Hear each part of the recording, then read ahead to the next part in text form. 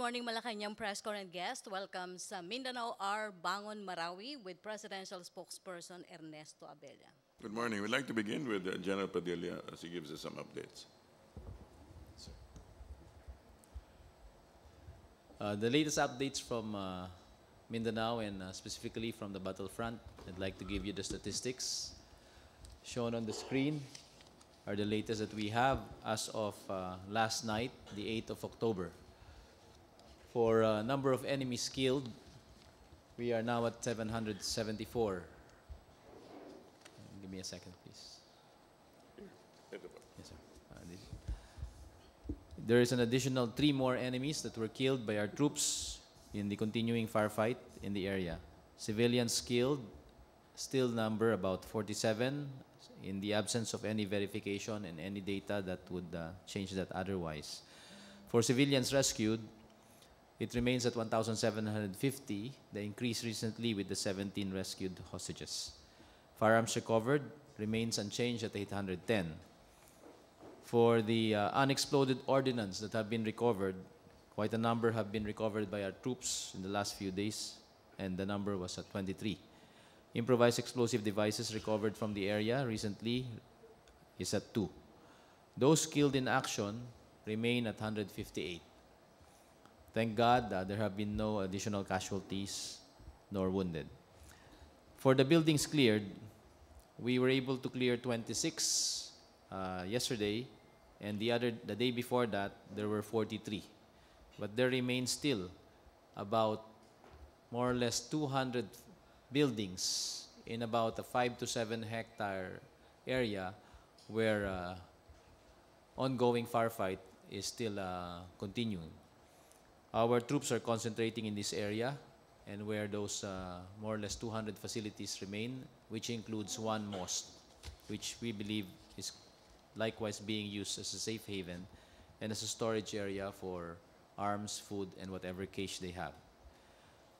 Our cash donations as of 3 p.m. last Friday, before the close of banking hours, for Marawi AFP casualties, they are at 102,080,969 pesos and 3 centavos.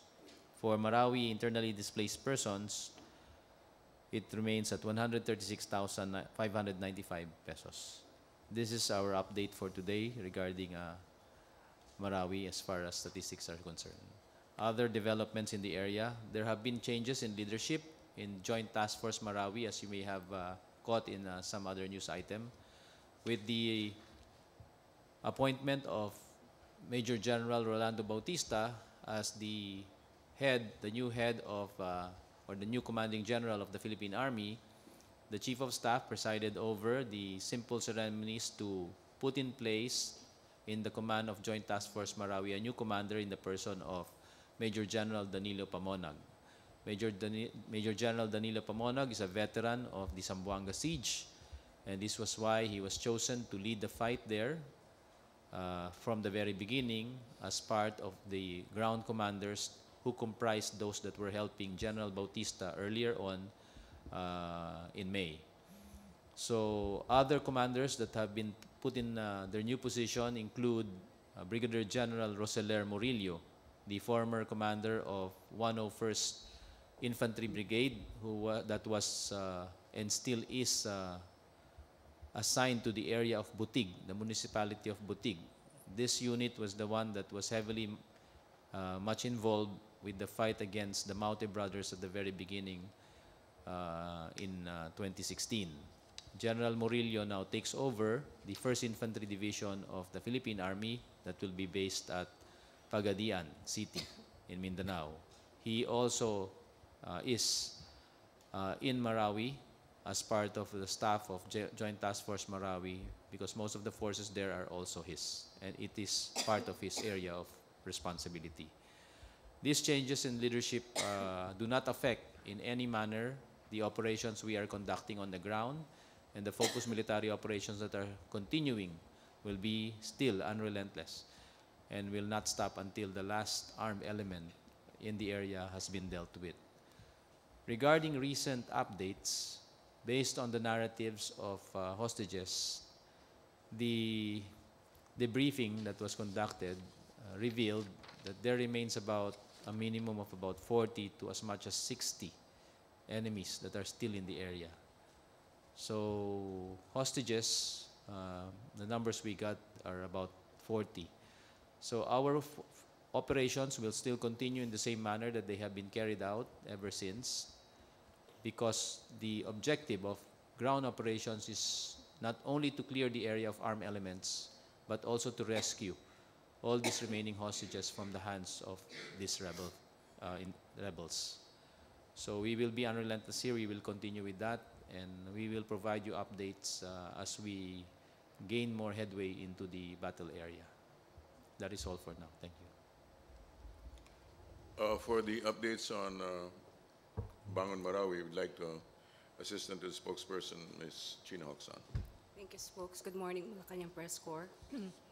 Task Force Bangon Marawi recently held its fourth all-agency meeting at the National Emergency Operations Center in Iligan City.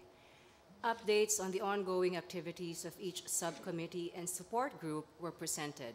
Likewise, the local government of Marawi City discussed the return plan for the IDPs and recovery, rehabilitation, and peace-building plan for the province of Lanao del Sur.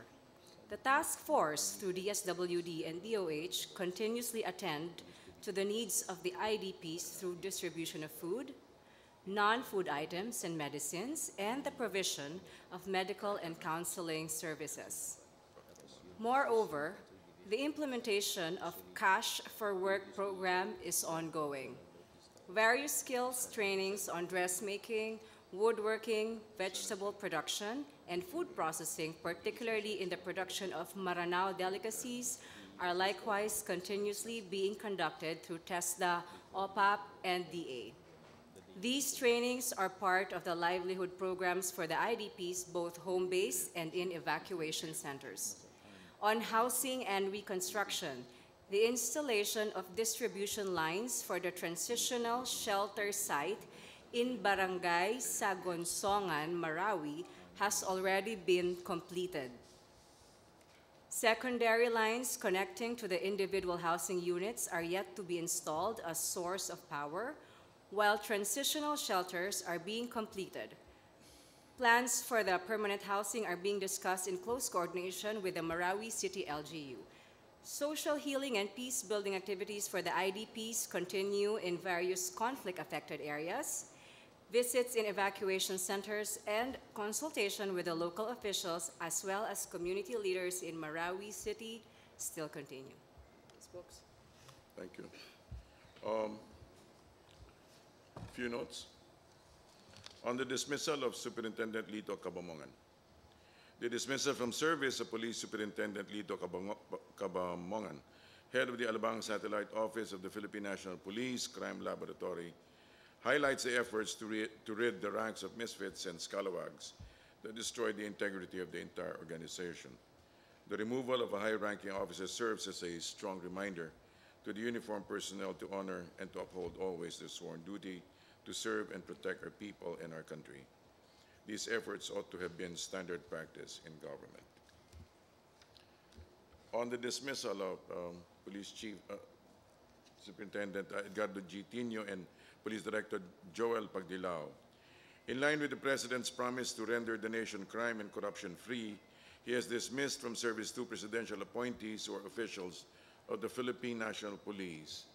A decision signed by the Executive Secretary last Thursday has found Police Chief Superintendent Edgardo Tino, and Police Director Joel Pagdilao of the Philippine National Police administratively liable for serious neglect of duty and serious irregularity in the performance of duty and have been duly dismissed.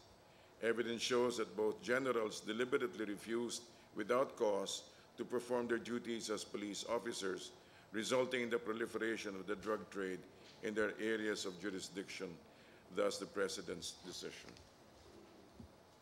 On the SWS third quarter survey, the Social Weather Station's third quarter survey saw PRRD satisfaction rating at 67% and trust rating at 73%.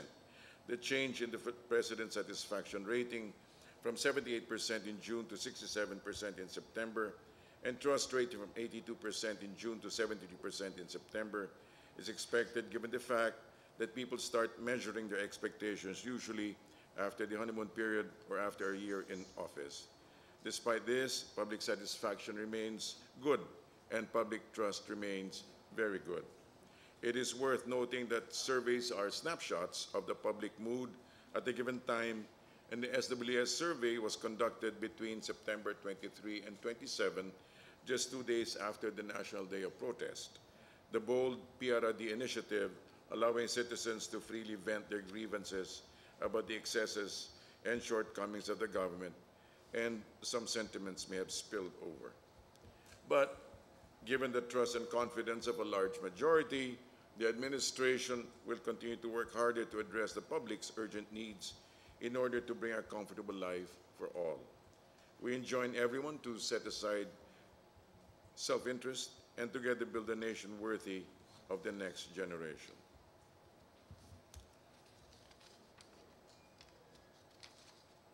We're open to a few questions. MPC, questions about Bangon Marawi first. Question, MPC? Other issue. Bangon. Ace Romero. General Padilla, the military set another 1-week deadline for the Marawi operations. Is this for real this time? Thank you for the question, Ace.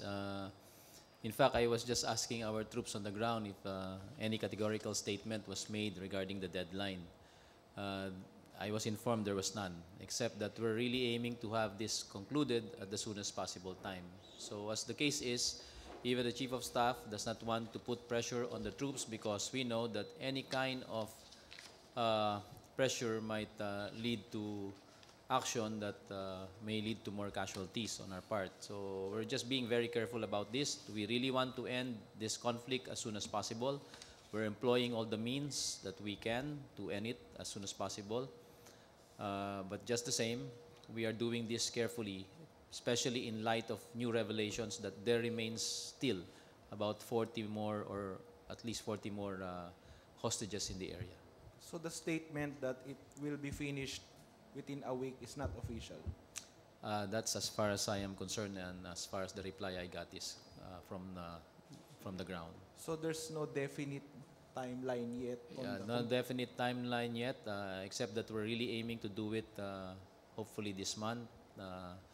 And based on what was briefed to you earlier, yung mga nasabi na sa ground, no, kamakailan ng ating ground commanders, na talagang lumiliit na ang mundo ng kalaban. At bukod doon, napapansin din natin na makanakana lang ang kanilang pagsabay sa putukan. Talagang pinipili na nila ang mga lugar kung saan sila ay nagdedepensa. Hindi natin alam kung sila ay talagang nagtitipid at tinatabi nila ang kanilang mga nahuhuling bala at ammunition upang magsagawa ng last stand. Pero ito yung mga indikasyon na talagang napipintong na ang kahuli-hulihang mga araw nila. Ang talagang issue dito ay yung pagpasok ng maayos sa lugar. Dahil kadalasan ang pinagbumulan ng mga nasusugatan at ang maaring ikasakit o ikapantay ng mga hostages ay yung mga naiiwang IED, mga bomba at mga hindi sumasabog na mga iba pang bagay. So yan ang pinag-iingatan ng ating mga kasamahan at yan din ang nagpapabagal sa kanila. So bigyan natin sila ng pagkakataon at hopefully this month of October will really be it. Thank you, General. Celerina Mundo, follow up. Good morning, sir. Celerina Montes sa Manila Shimbun. Sir, you have mentioned when I sent you a text message regarding the condition of Isnilon Hapilon, and you told me that based from your interview with these former hostages, you was still in the area, right? Yes, based on the narratives and what we gathered from the hostages that were recently rescued, the presence of the Hapilon is still indeed within the battle area. What was his condition? May tama ba siya ng baril or still wala naman? Wala Or pong nabanggit. So, ang assumption po natin ay nasa maayos pa siyang kalagayan. how about the other leaders, like yung sa Maute? Doon po sa bilang na sinasabi ng ating mga na-rescue hostages na mga 40 to 60 na mga kalabang pang naiwan, karamihan po dyan ay sugatan. So, they may be holed up in the remaining mosque as wounded and probably hiding in the tunnels or the bunkers. Pero karamihan sa kanila ay sugatan na. Kaya yan ang nagbibigay ng confidence sa ating mga kasamahan na magsabi na nalalapit na itong kahuli-hulihang bakbakan na to. Pero ganun pa man din, tulad ng aking nabanggit kay Ace, may mga komplikasyon pa rin na naiiwan dyan. At pinag-iingatan natin na wala nang madagdag sa mga casualties ng mga nagbubuwis ng buhay ng mga kasamahan natin. Sir, specifically, itong si Mr. Salik who was being asked by US na i-extradite, I believe he has also his participation in as far as this Marawi crisis is concerned. Specifically, ano yung naging participation niya? Ang bagay po na tungkol naman kay Dr.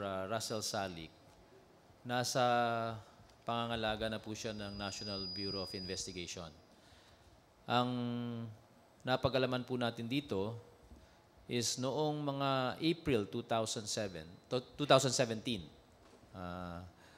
when he found out that there was an arrest warrant for him, he voluntarily surrendered himself to the NBI.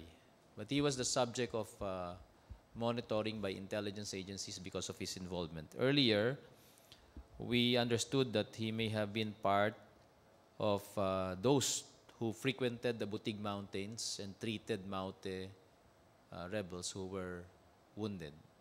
Kaya nga ang kanyang nom de guerre o kanyang nickname sa loob sa aming nakuhang impormasyon ay Doc o Doktor.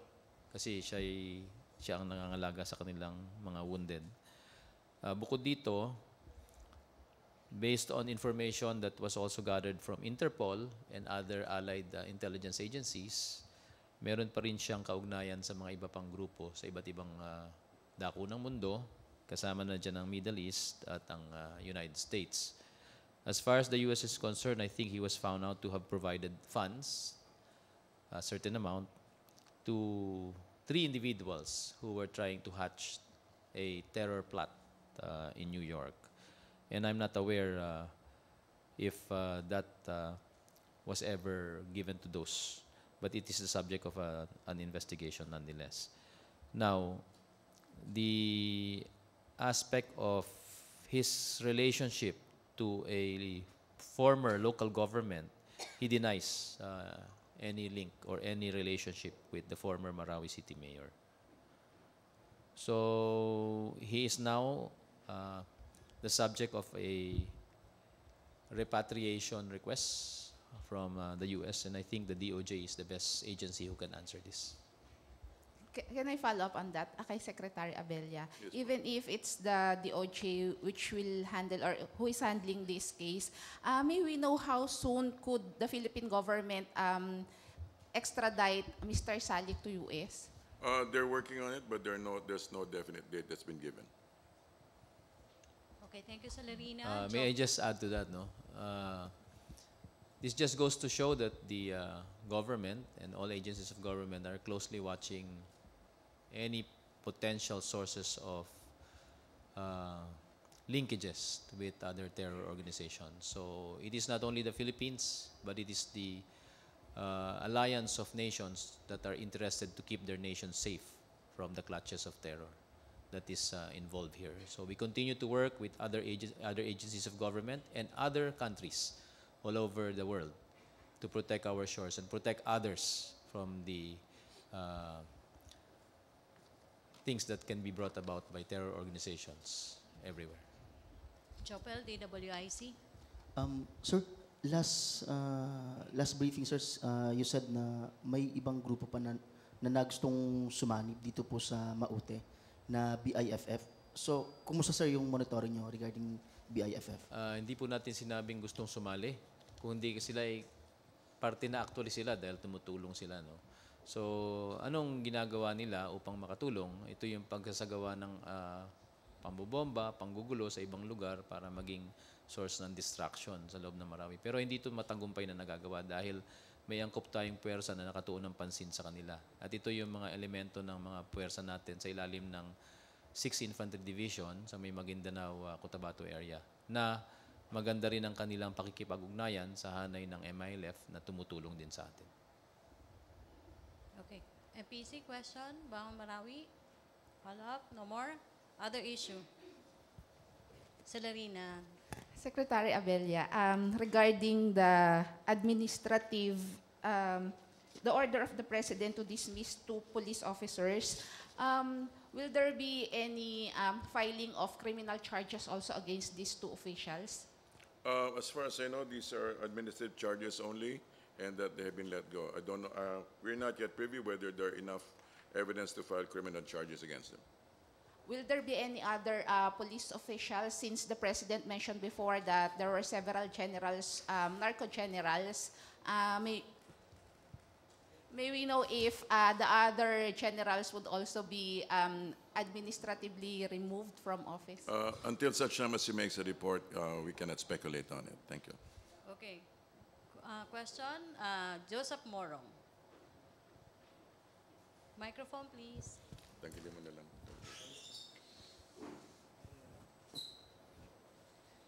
Sakto naman, nag-shift na tayo. Charing. Sir, ano lang, pa-elaborate lang nung sa admin case. What were the circumstances? You just said, responsible for Ang drug pagkakasabi proliferation. lang po is, let me repeat, okay? Pagkakasabi lang. Liable for serious neglect of duty and serious irregularity in the performance of duty, and it says that this neglect led to the proliferation of the drug trade in their areas of jurisdiction. And the areas of jurisdiction of, Both Tinio and Pagdilaw. saan po sila, AOR nila? NC, And I think this Metro Manila. Metro. Okay, sir. Thank you. Ina Andolong. Does that mean, sir, that the president knows who these police officials are protecting, and what will be done with regards to that? We cannot speculate on what the next steps of the president, but I'm sure that he, knowing this, he has again and again said that this is an apparatus, and that these are interlinked with other what you could say, with other personalities. Can you tell us, sir, to what extent ang pagiging protector ng mga police officials na ito? Because just to clarify, sir, you Yes. said that their neglect of duty led to the proliferation of illegal drugs in their area. So I would assume that they have been protecting, in a way, drug lords in Metro Manila, because NCRPO tsaka Quezon City po yun. Up to this stage, all information that we have been supplied has been that the keywords are deliberately refused to perform their duties. In other words, neglect by default. By default. Can we say protector if neglect?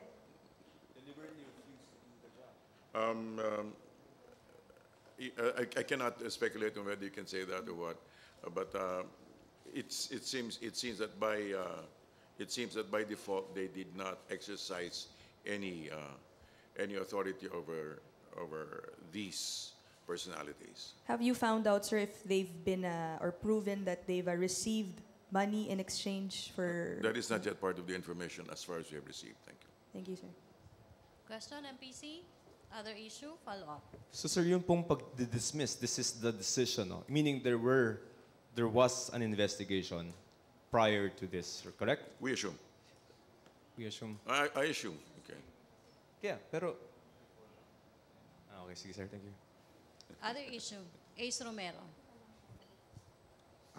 Yusek Abella, critics of the president are now reacting to the results of the SWS survey. One of them, Senator Trillanes, said the public is now seeing who the president really is, and I quote, a lying, rude, amoral, corrupt, and oppressive former mayor who is incompetent about governance at the national level. What is your reaction to his statement? I was listening to the head of the Philippine Chamber of Commerce this morning, and he was presenting an entirely different picture of the president's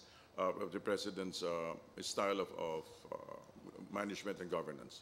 He actually said that, he actually said that the president is not running a popularity contest, but his main interest is being able to set the clear foundations for what he calls a comfortable life for all. Again, the president has said I will serve a full term. He said it recently again. He said he will serve a full term and that he is set, he's really bent on making sure that he addresses the three campaign themes, which is crime, corruption, and illegal drugs. Having said that, I think we need to understand that the president is playing actually a long game. In other words, it's not just he's not running short term, trying to be popular like some other personalities out there who are so concerned about their ratings. But he himself is basically concerned, even if it's an unpopular move, he is making sure that the Philippines will have the proper foundation, crime-free, drug-free, and corruption-free. That is the whole intention, making sure that whichever next administration will follow through will be able to enjoy the fruits of the foundation that he has laid. And then Senator Ontiveros said, the writing on the wall is simple. The president cannot govern based on fear, lies, and killing. What do you say to those? I think that's a rather myopic point of view. Myopic. So there's no such thing. I'm not saying there's no such thing. I'm saying that she doesn't seem to see she doesn't seem to be able to appreciate what the businessmen who really put their money in their mouth and put money on the ground are able to appreciate. Thank you, Yusek. Okay, follow up, Hannah. Morning, Secretary. Undersecretary Abelia. Sir, regarding follow-up na po dun sa SW survey, you think, sir, may kinalaman po ba yung insidente po ng pagpatay ng mga minor de edad kaya bumaba yung trust and satisfaction rating ng Pangulo? May kinalaman siguro dahil sa it was the surveys were done just within days of the National Day of Protest. And during that time, people were giving full vent to whatever feelings that they had. I'm sure there was a full spectrum of emotions out there, and some of this could have spilled over.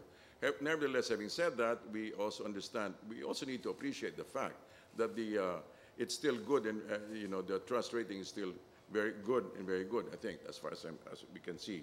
In other words, the trust, there was a dip. There was a dip, and that's to be appreciated, and that's certainly a challenge.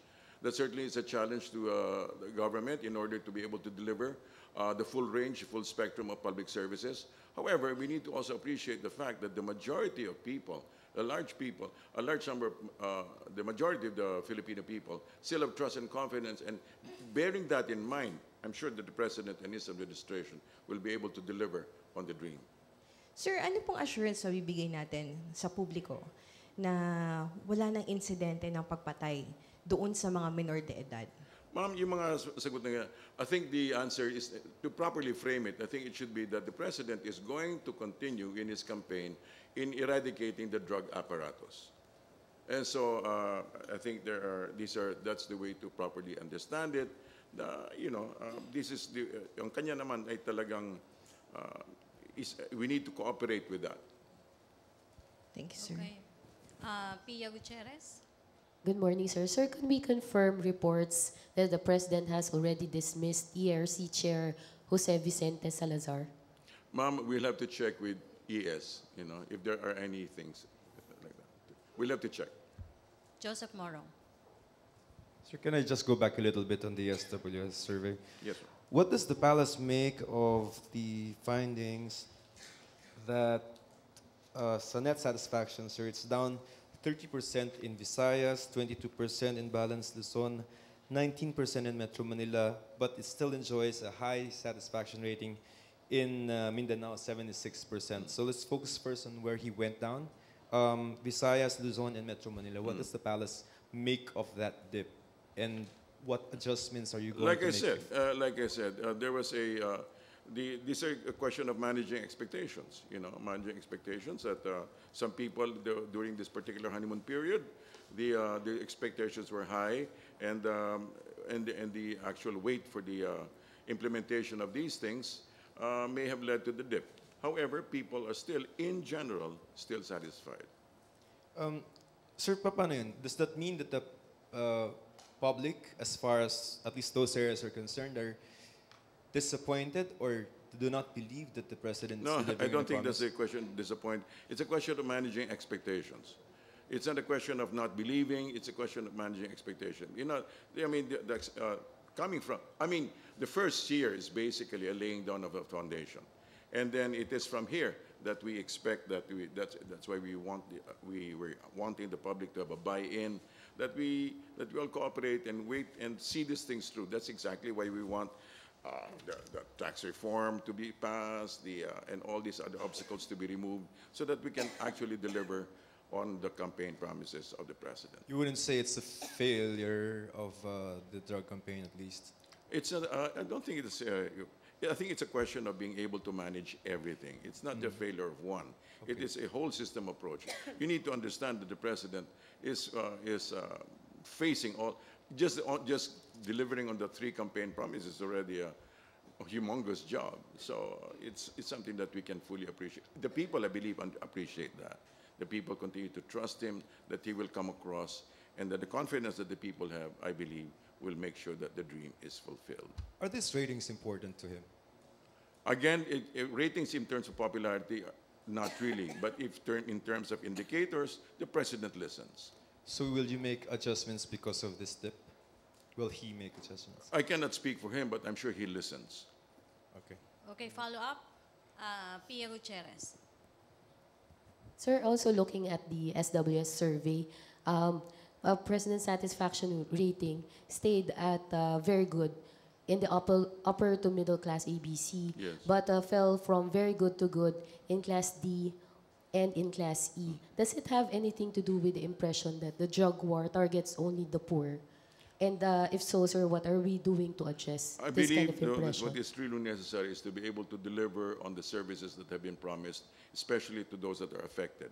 And the most affected are obviously the ones on the Ds and the Es. In other words, if we facilitate, if we're able to roll out all those more jobs, more money in the pocket, and more people can eat, and the agriculture sector kicks in, I'm sure it'll basically what we're saying is that this is a whole of government approach, and that it would be really key if all branches of government were able to cooperate, and so that we can deliver on the needs of the people and not just our self-interest. Sir, but the impression that the drug war targets only the poor, does it have anything to do, sir, with the dip in the satisfaction rating between people in the Class E and I Class believe if I'm reading the statistics right, it is basically a major factor is the people are still expecting that rise in that economic shift that will put more food on the table. It's basically a matter of expectation. Thank you, sir. Okay, last two, Philip and Ina. Philip. Good morning, Yusek. Yes. You're saying this is just a question of managing expectations. It's not just a question. It is certainly a factor. Yeah. Are you saying that the honeymoon is over, sir? Well, I'm saying that these things usually happen. This is traditionally happening after a year or year and a half, and the love is still there. Sir, what about the 30-point decrease in Visayas? Related kaya ito dun sa pag-abolish ng NIR and then yung attacks kay Mayor Mabilo kasi saying it was an the survey does not deal with those items, but certainly there are factors in the shift in appreciation. But again, let me just say, I believe if you look at it, especially the Ds and Es, for example, the A's and B's, they're not that affected, but the D's and E's were easily affected. There's food on the table, there's health, and there's education. These are the people who are definitely affected by any form of delay in the delivery of services. Last question, sir. Meron po bang maging changes sa drug war natin after this? I'm sure, like I said, again and again, it's not just there is a continual recalibration of the way the operations are handled. The president is very sensitive to all of these things. However, there will be no changes in the sense that the efforts will continue to make sure that the drug apparatus will be dismantled. Okay, thank you, sir. Okay, last two, Joseph and Ina, or...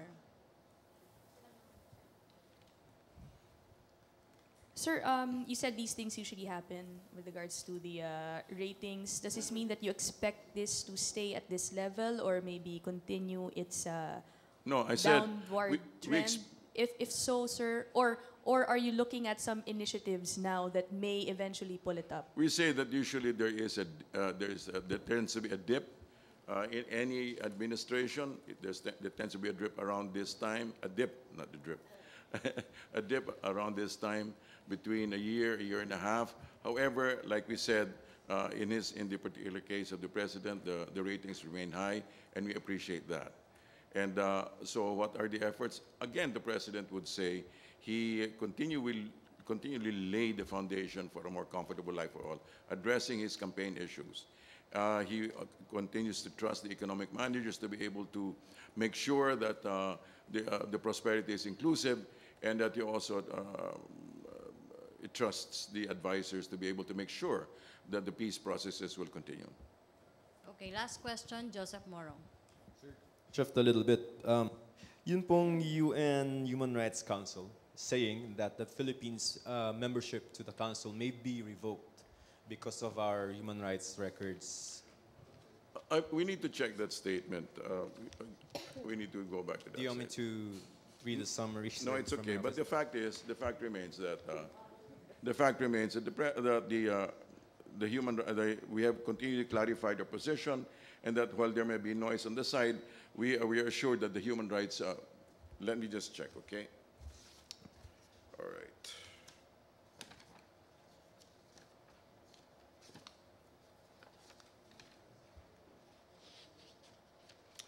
All right.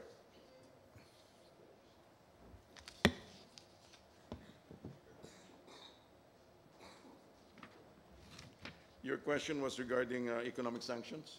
Yes, sir. Yun pong potential repercussion if we are ejected from the council. Okay. The Philippine government's campaign to rid the country of criminality, lawlessness, and corruption, which includes campaign against illegal drugs, is in accordance with the Constitution, okay, first and foremost, as well as international norms and human rights treaties to which the Philippines is a party. While there are those who call themselves watchdogs and tend to foretell gloomy and depressing scenarios, the truth is, states and governments have strong trade relations, the states and other governments have strong trade relations with our country, no better than these gloomy pictures.